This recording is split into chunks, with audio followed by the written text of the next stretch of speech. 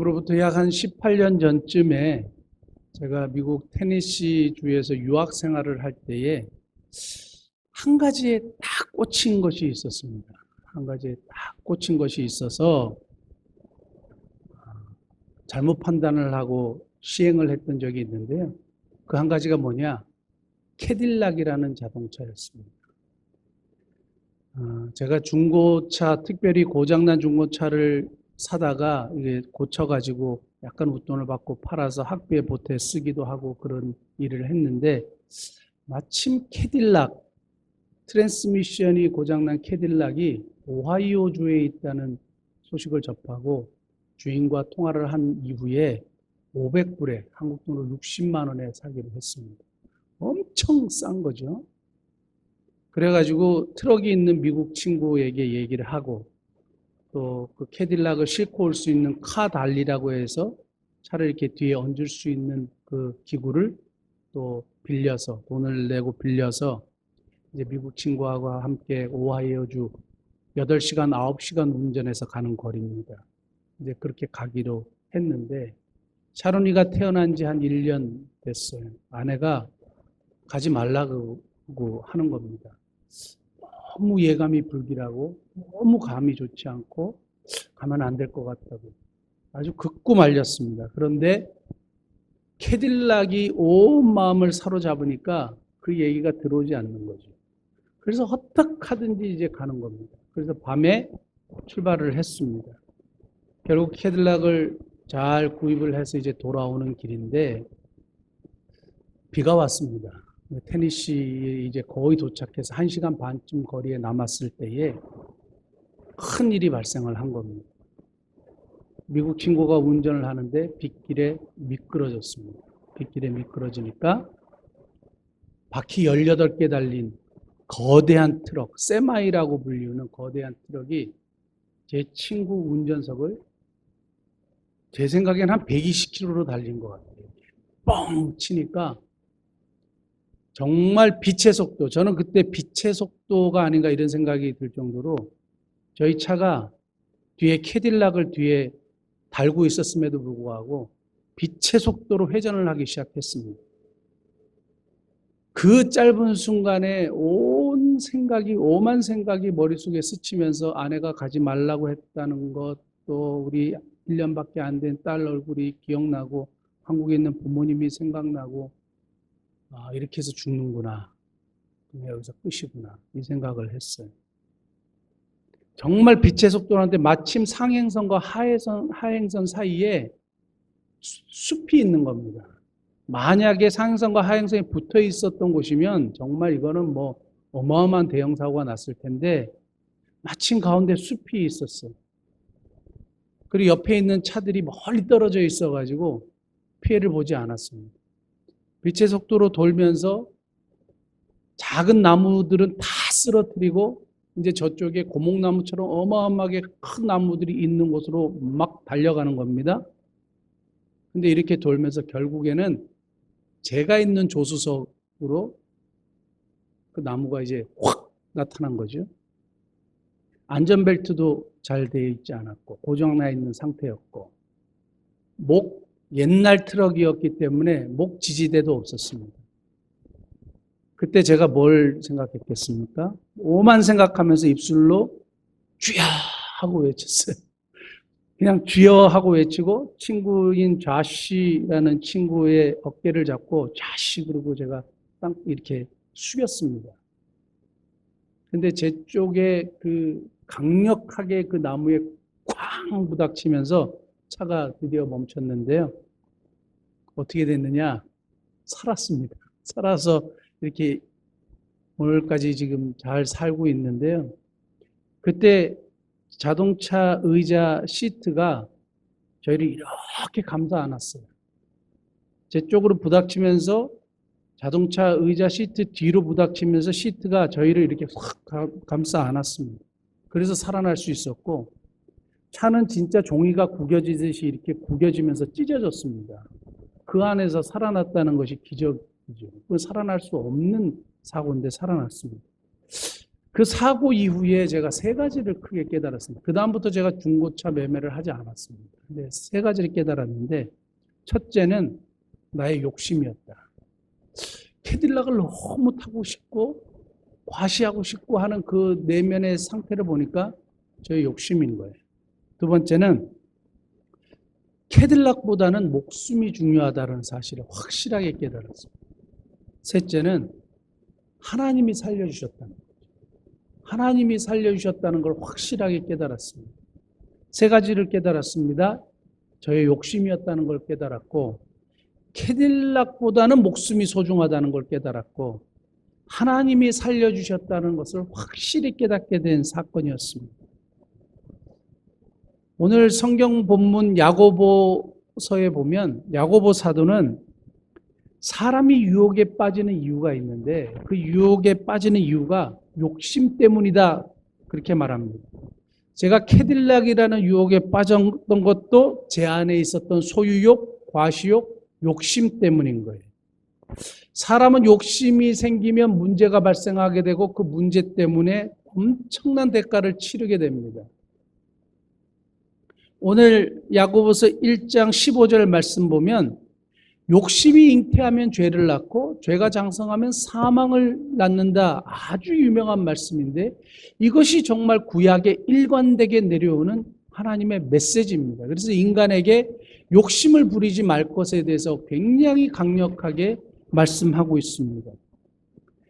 오늘 읽었던 열왕기상 21장 말씀에 나봇의 포도원 사건도 그렇습니다. 제가 캐딜락에 딱 꽂혀서 온 마음이 캐딜락으로 사로잡혀 있었듯이 아합이라는 왕은 한 부동산을 보고 그 부동산에 그냥 딱 꽂히니까 부동산 외에는 아무것도 보이지 않는 겁니다. 나봇의 포도원이라는 부동산이었습니다. 지금 이 시대에도 부동산 보고 마음이 한번 꽂히면 거기서 헤어나지 못하는 수많은 사람들을 우리가 보게 되는데 한번 사람에게 욕심이 딱 들어가고 그것을 취하고자 하는 마음이 생기면 이것이 해결될 때까지 이게 잘 없어지지 않는다는 게 굉장히 문제입니다. 심지어는 그것을 돈을 주고 사겠다고 하니까 나봇이 하나님께서 금하시는 일이기 때문에 할 수가 없다고 이야기하는 겁니다. 레위기 25장 23절 보면 하나님께서 제정하신 토지법이 있어요. 토지는 하나님의 소유이기 때문에 사고 팔지 말아라. 이것이 하나님의 말씀이에요. 그리고 조상으로부터 내려오는 것은 함부로 사고 팔지 않도록 율법에서 금하고 있었습니다. 아무리 왕이라고 할지라도 하나님께서 원하시지 않는 거 할 수 없다고 이제 나봇이 얘기하니까 그 말은 별로 이렇게 귀담아 들려지지는 않는 것 같고 그것을 너무 가지고 싶으니까 한번 21장 4절 한번 보실래요? 4절 보면 근심하고 답답하여 침상에 누워가지고 계속 끙끙대고 앓는 겁니다. 밥도 안 먹었다는 겁니다. 나봇의 말에 분개해서 그럴까요? 물론 그것도 있겠지만 그걸 가지고 싶은데 못 가지니까 안달이 난 겁니다. 미치겠는 겁니다. 이제 딱 욕심이 자기를 사로잡은 거죠. 그 얘기를 듣고 결국에는 이세벨이 꾀를 내서 나봇을 아주 처참하게 죽입니다. 근데 이 사건을 하나님이 보고 계셨다 그럽니다. 후반에 보면 하나님이 보고 계셨고 그 나봇이 피 흘려서 개들이 그 피를 핥았는데 그 피를 핥는 곳에서 너도 죽게 될 것이라는 심판의 메시지를 듣게 되는 겁니다. 욕심이 잉태하니까 죄를 낳았습니다. 사람을 죽였습니다. 그리고 하나님이 너도 그렇게 죽게 될 것이다 심판하시고 말씀하시는 장면이 나와요. 그러니까 사망에 이르게 되는 그런 야고보서의 말씀이 그대로 실현되는 것이 열왕기상 21장의 말씀이에요.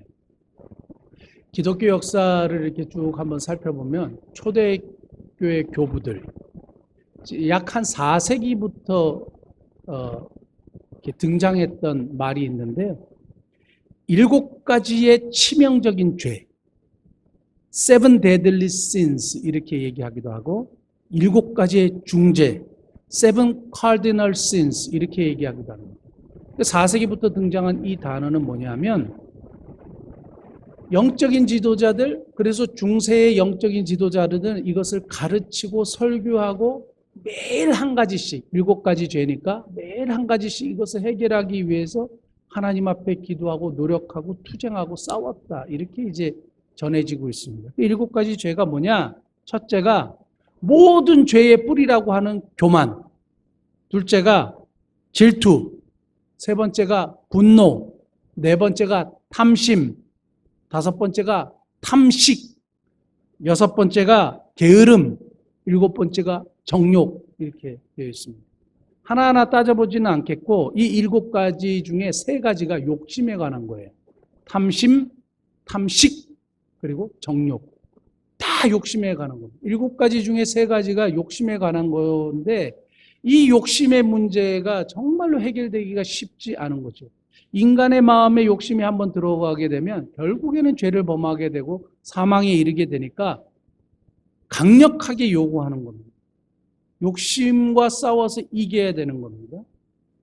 아합이 나봇의 포도원에 욕심이 생겼고 결국 살인을 하면서 그것을 취했고 깨닫지 못했어요. 결국 그래서 사망으로 달려가게 되는 겁니다. 욕심이 죄인 이유가 뭘까요? 그래서 욕심이 왜 도대체 죄가 될까요? 인간이 죄악된 세상에 살면서 자연스럽게 생기는 어떻게 보면 감정인데 왜 욕심이 죄일까요? 간단하게 3가지 살펴보면 첫째는 이겁니다. 욕심은 철저하게 이기적이기 때문에 그렇습니다. 철저하게 이기적입니다.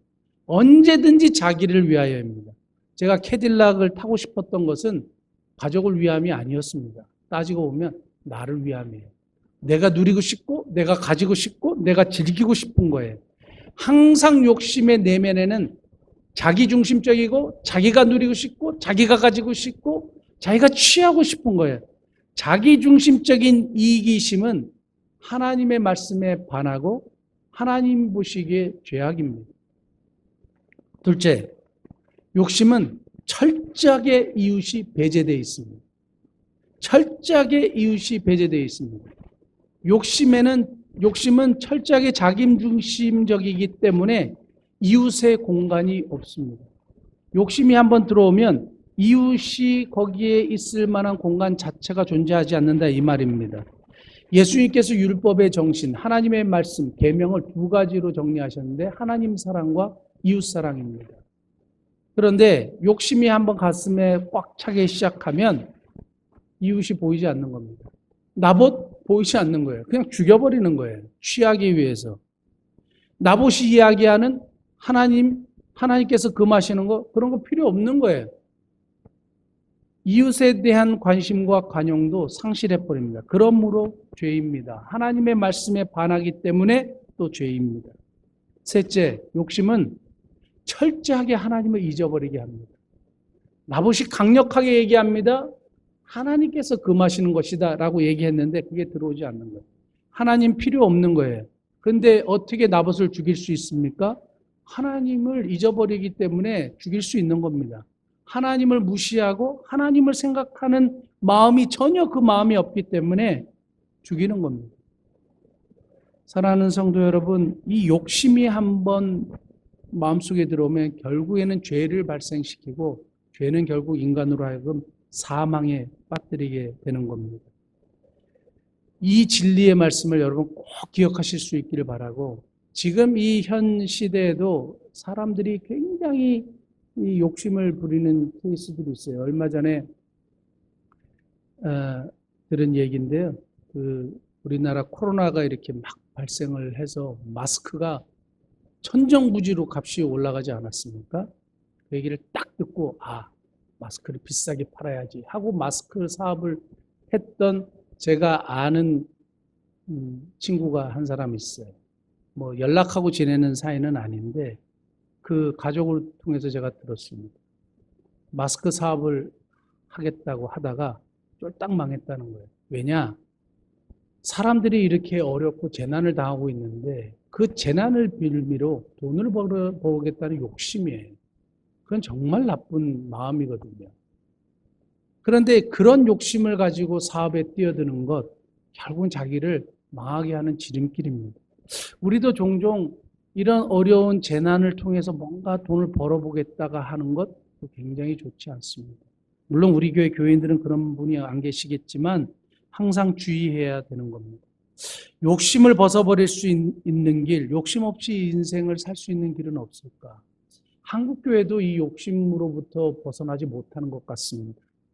제가 한국교회를 보면서 변하지 않는 생각이 하나 있는데 그건 뭐냐면 교회 건축이에요. 여러 가지를 말할 수 있지만 도드라지게 등장하는 것이 교회 건축입니다. 성전 건축이나 이름하에 교회를 과하게 짓는 거예요. 믿음으로 짓는다고 해서 은행 대출을 최고 받을 수 있는 만큼 다 받는 겁니다. 근데 지금 보십시오. 교회 문 닫는 교회들이 많고 경매로 나오는 교회들이 엄청나게 많다는 겁니다. 그게 왜 그러냐? 그죠? 욕심이에요. 목회자들의 욕심이고 장로님들의 욕심일 수 있어요. 인간의 욕심인 거예요. 그 욕심이 한번 사로잡히면 종교적인 것을 갖다가 대서 그것을 이루겠다고 하는 겁니다. 이게 말도 안 되는 행위죠. 오늘 그 이세벨이 금식을 선포했어요. 종교적인 행위를 치장해가지고 나봇을 돌로 죽여버려요. 욕심을 이루기 위함이에요. 근데 우리 한국교회에서 항상 얘기하는 것 중에 하나가 다윗에게도 허락하지 않았던 성전 건축 이렇게 얘기하는데요. 근데 정말 다윗에게 허락하지 않는 것은 맞는데 솔로몬의 성전 건축을 보면 다윗이 성전을 건축할 수 있도록 정말 천문학적인 숫자의 돈을 천문학적인 숫자의 또는 재료들을 다 준비해 놨어요. 은행 대출 없어요. 다른 사람한테 빌리지도 않았어요. 자기가 최선을 다해서 환난 중에도 다 준비했어요. 그래서 어려움 없이 성전 건축을 하는 겁니다. 욕심의 결과 우리가 한번 생각해 보아야 하겠고 이런 것들에 대하여 우리가 한번 조심스럽게 생각해 보고 한국교회가 또 회개해야 되지 않나 생각을 하게 됩니다. 그렇다면 교회도 목회자도 일반 성도들도 이 욕심이라는 문제 앞에서 넘어지는데 이 욕심을 해결할 수 있는 방법은 없는가라는 겁니다. 그것에 대해서 4가지로 간단하게 한번 살펴보는 겁니다. 야고보서 1장 16절 욕심을 극복할 수 있는 첫 번째 방법. 야고보 사도는 이렇게 얘기합니다. 내 사랑하는 형제들아 속지 말라. 첫째요. 속지 않는 거예요. 참 사기꾼들이 이렇게 속이려고 덤벼들 때 이게 속지 않는 게 쉽지 않는데 야고보 사도는 속지 말라 이렇게 얘기하는데 도대체 뭘 속지 말라는 거냐? 이런 거예요. 마치 이런 겁니다. 제가 중국에 몇 년 전에 가가지고 짝퉁을 파는 시장에 갔어요. 짝퉁에 파는 시장에 가가지고 루이비땡 하는 그 허리 벨트 굉장히 고급져 보여요. 그거 하나 사고 안에 선물로 루이비땡이라는 이 핸드백을 샀단 말이죠. 정말 그럴싸해요. 그래서 좋아가지고 허리띠를 차고 허리띠가 없어가지고 샀는데 불과 몇 주 후에 버클을 연결하는 나사 반이 뚝 부러져 나가는 거예요. 정말 좋아 보이지만 진짜 좋은 게 아니라 이 말이에요. 아내에게 사주었던 정말 진품과 똑같이 생긴 백은 몇 달 후에 철사가 튀어나왔어요. 철사가 튀어나왔어요. 진짜 좋아 보이지만 좋은 게 아니다. 속지 말라 이거예요. 이 세상의 것은 좋아 보이지만 진짜 좋은 게 아니다. 이렇게 이제 성경은 우리에게 얘기하는 겁니다. 한 부자가 이제 돌아가실 때가 돼서 하나님하고 딜을 했어요. 하나님 앞에 간곡하게 요청합니다. 자기 전 재산을 좀 천국에 가져가게 해달라고. 그러니까 하나님이 하도 귀찮게 하니까 그래 오케이. 그런데 조건이 하나 있다. 가방 하나만큼만 가지고 오너라. 이렇게 얘기했어요. 그래서 부자가 머리가 기가 막히게 돌아가는 사람이니까 오케이. 금덩이로 바꾸자 한 거예요. 요즘에 금이 엄청나게 최고가를 치고 있지 않습니까? 금 엄청 무거워요. 근데 가방 하나 이걸 그냥 낑낑대면서 천국에 가지고 갔다 이 말입니다. 바꿔가지고. 그걸 어떻게 갖고 갔는지 하나님이 허락하셨으니까 이걸 갖고 간 거예요. 갖고 가가지고 천국문에 딱 도착을 했더니 베드로 사도인지 문지기인지 누군지 그렇다는 거예요. 그 가방, 손가방에 그게 뭐냐? 이렇게 얘기하니까 이제 검문에 걸린 거죠. 그래서 열어보니까 금인 거예요. 금이 잔뜩 있는 거예요. 그러니까 그분이 뭐라고 얘기하냐면, 아니, 도로 포장 재료를 가져가서 도대체 뭐 하겠다고 왜 갖고 왔냐고 이렇게 질문하더라는 거예요. 천국의 도로 포장 재료라는 거죠. 진짜 좋은 것, 그냥 도로 포장 재료로 쓰이는 금, 이 세상에서 너무 좋을지 모르지만 거기서는 아무 쓰잘데기 없다라고 이제 이렇게 이야기하는 겁니다. 요한일서 2장 17절 한번 보면, 요한일서 2장 17절, 이 세상도 그 정욕도 지나가되 이렇게 되어 있습니다. 이 세상도 그 정욕도 지나간다 이렇게 되어 있습니다. 오해하지 않으시길 바랍니다. 이 세상도 그 정욕도 지나가고 이 세상에 있는 것이 일시적이고 금이나 돈이 일시적인 것이기 때문에 그런 거 초월해서 사십시오. 아니면 또 너무 가난하게 사십시오. 이렇게 얘기하는 거 아닙니다. 기독교, 우리 성경의 말씀은 가난하게 사는 것이 하나님의 뜻이라고 절대 가르치지 않습니다. 물질적인 부를 이루는 것에 있어서 반대하지 않습니다. 다만 이 세상의 것이 일시적인 것이고 정말 진짜는 따로 있다. 이렇게 성경 우리에게 강력하게 말씀하신다는 것을 이야기하는 겁니다. 그러므로 사랑하는 성도 여러분, 세상의 것이 좋을 수 있고 좋고 우리를 편하게 하지만 이게 진짜가 아니라는 겁니다. 여기에 속지 말라는 겁니다. 그래서 이것을 위해서 모든 인생을 다 투자하고 모든 에너지를 다 쏟고 하는 것 어리석다 이렇게 이야기하는 겁니다. 둘째요. 욕심을 벗어날 수 있는 것, 진짜 좋은 것, 온갖 좋은 것은 하나님께로부터 온다는 것을 확신하는 것. 진짜 좋은 것은 하나님께로부터 온다는 것을 확신하는 겁니다. 17절, 야고보서 1장 17절.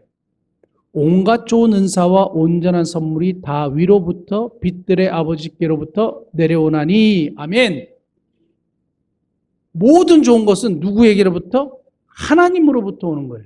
여기서 아주 중요한 신앙 고백이 나오는 건데 모든 것의 주인이 하나님이시라는 거예요. 천지에 있는 모든 것이 하나님이시라는 거예요. 학개서 2장 8절 보면 은도 내 것이요 금도 내 것이라 그랬어요.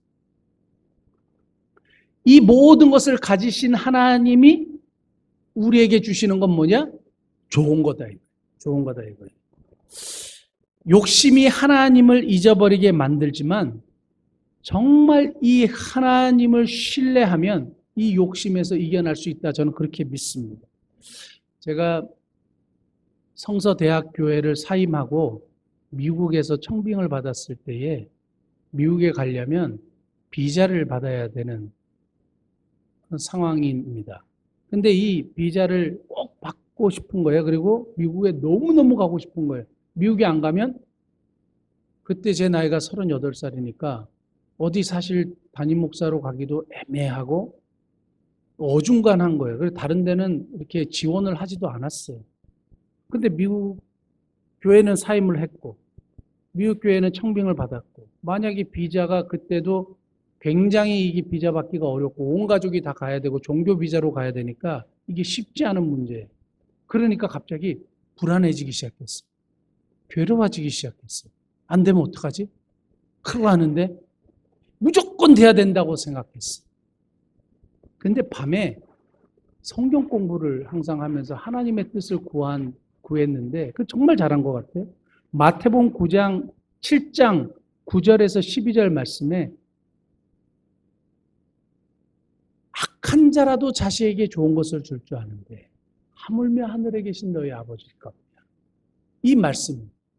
너희 중에 누가 아들이 떡을 달라는데 돌을 준 사람이 어디 있겠느냐? 이 이야기예요.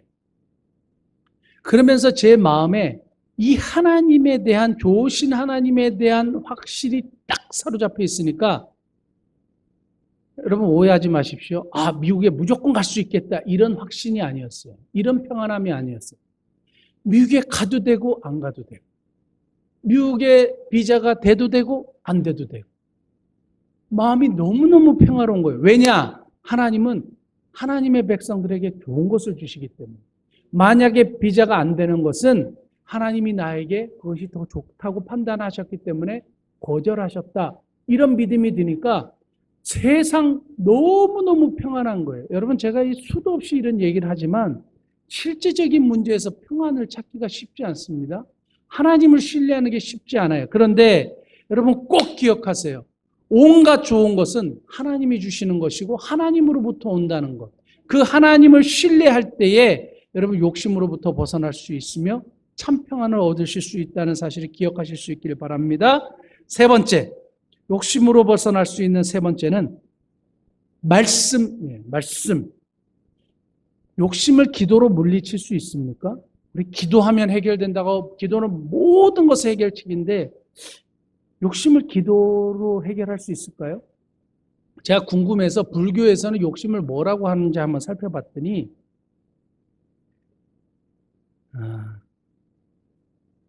인간의 모든 괴로움의 뿌리는 삼독에서부터 나온다 그랬어요. 삼독, 세 가지 독이라 그랬어요. 그래서 이 탐욕과 분노, 어리석음, 이 삼독이 인간을 괴롭게 하는데 이것을 벗어나려면 가장 우선순위가 뭐냐면 염불을 통해서 염불은 오늘날 기독교의 기도와 같은 거예요. 근데 염불을 통해서 이게 쉽게 해결이 되냐 이거예요. 마음속에 욕심이 가득 찼는데 기도한다고 갑자기 욕심이 벗어지나요? 아니요. 오히려 기도를 그 욕심을 이루기 위한 수단으로 사용할 때가 너무너무 많은 거예요. 우리 기도를 살펴보면. 마태복음 4장에 보면 예수님이 사탄의 유혹을 받으셨을 때 아주 분명한 유혹을 이기는 해결책을 제시했습니다. 그게 뭐냐? 말씀이에요. 세 번의 사탄의 유혹을 신명기의 말씀으로 물리치셨어요. 신명기에 기록된 말씀으로 사탄을 물리치셨어요. 그래서 신명기를 시험을 이기게 하는 책이라는 별명을 가지게 하신 것입니다.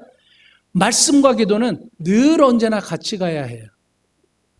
그래서 근데 한국교회를 보면 우리의 저들 포함한 우리 신앙인들의 잘못을 보면 99%가 기도고 1%가 말씀이에요. 말씀과 기도는 기차레일과 같아서 한쪽이 길고 한쪽이 짧으면 안 돼요. 같이 가야 되는 거예요.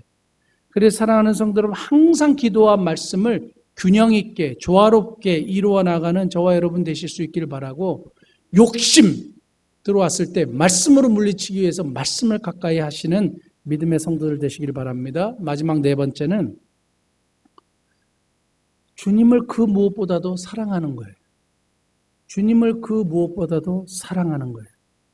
지난주에 살펴보았던 솔로몬의 1000번제라는 어마어마한 제사를 드릴 때 그 어마어마한 제사를 드릴 수 있었던 근원이 뭐냐? 여호와를 사랑했기 때문에 그게 가능했다. 이렇게 말씀을 드렸습니다.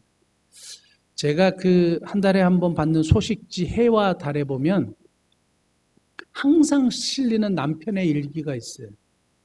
10년 동안 다발성 경화증이라는 온몸의 기능을 잃어가는 아내를 10년째 수발들면서 24시간 간병하는 남편의 일기예요. 그것이 항상 실려요.